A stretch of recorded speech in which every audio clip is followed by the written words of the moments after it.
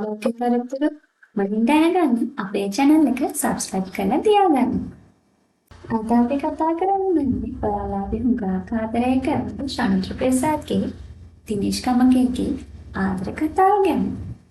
ඉතින් ජනප්‍රිය ගායන ශිල්පී දිනේෂ් කමකේ සුරූපී රංගන ශිල්පිනී ශාන්ත්‍ර ප්‍රසාද් එක්ක ආදරයක් සම්බන්ධයක් තියෙනවා කියලා අපි හැමෝම දන්නවනේ.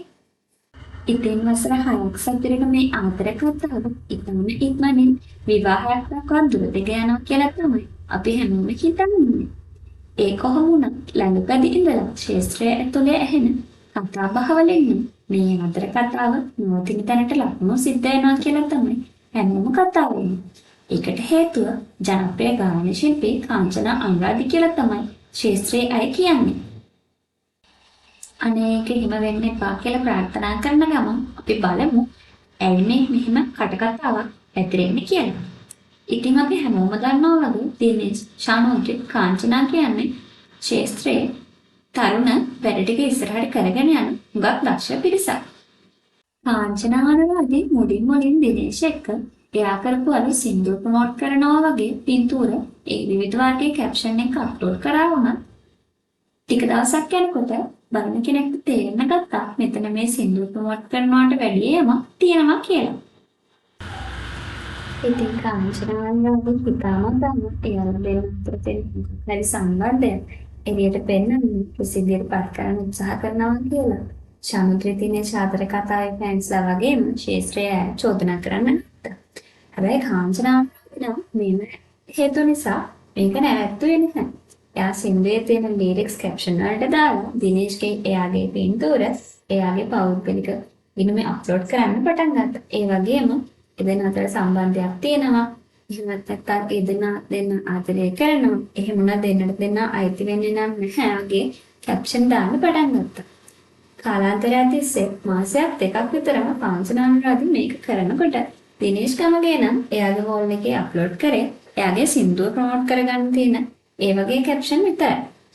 කොහොම නමුත් මේ කතාව ගොඩාක් දුරදිග ගියා ශාස්ත්‍රයේ ඇතුලේ තැන කාංචනා අනුරාධිට නරක විදිහට කතා කියන්න පටන් ගත්තා. ඒ විතරක් නෙවෙයි සමාජයේ ශානුද්‍රි දිනේෂ් ආදර කතාවේ රසිකයෝ වගේම ශානුද්‍රිගේ ප්‍රේක්ෂකයෝ දිනේෂ්ගේ ප්‍රේක්ෂකයෝ මේකට නම් වැඩි කැමති වුණේ නැහැ. දිනේෂ් නම් හරිම ප්‍රොෆෙෂනල් විදිහට සින්දුවේ එයාගේ වගේම ඒ දෙන්නගේ පින්තූර කලවමේ දාලා කැප්ෂන් වලට සින්දුවේ ලිරික්ස් දාලා විතරක් අප්ලෝඩ් කරලා තිබ්බා උනත් කාංචනා එහෙම නොකරන්න හේතුව කාංචනාගේ හිතේ දිනේෂ් ගැන ආදරයක් පහළ වෙලා කියලායි තමයි හැමෝම කිව්වේ. කොහොම වුණත් දිනේෂ්ගේවත් ශානුද්‍රිගේවත් ප්‍රේක්ෂකයෝ මේකට සතුටු නැති විදිය දිනේෂ්ටත් තේරුණා වගේම ශානුද්‍රිත් මේ ගැන දැනුවත් කියලා අපි හැමෝටම දැනගන්න ලැබුණා. කොහොම වුණත් ශානුද්‍රි මේ සම්බන්ධයෙන් කිසිම දෙයක් ප්‍රතිචාර දක්වලා නැත වගේම ශානුද්‍රි මේ මාස කිහිපය පුරාටම තවදුරටත් දිනේෂ් එක්ක පින්තූරයක්වත් දිනේෂ් ගැන කිසිම පෝස්ට් එකක්වත් එයාගේ පෞද්ගලික ගිණුමේ සඳහන් කරලා නැති වෙන්න හේතුව මේ දෙන්නගේ දැන් අතර සමතාවය තුළ කාංචනා නිසා ප්‍රශ්න ඉති වෙලා තියෙනවා කියලා තමයි හැමෝම කියන්නේ. ඒ වගේම හැමෝම කියන්නේ දිනේෂ්ට කාංචනාව පොඩ්ඩක්වත් ගැලපෙන්නේ නැහැ කියලා.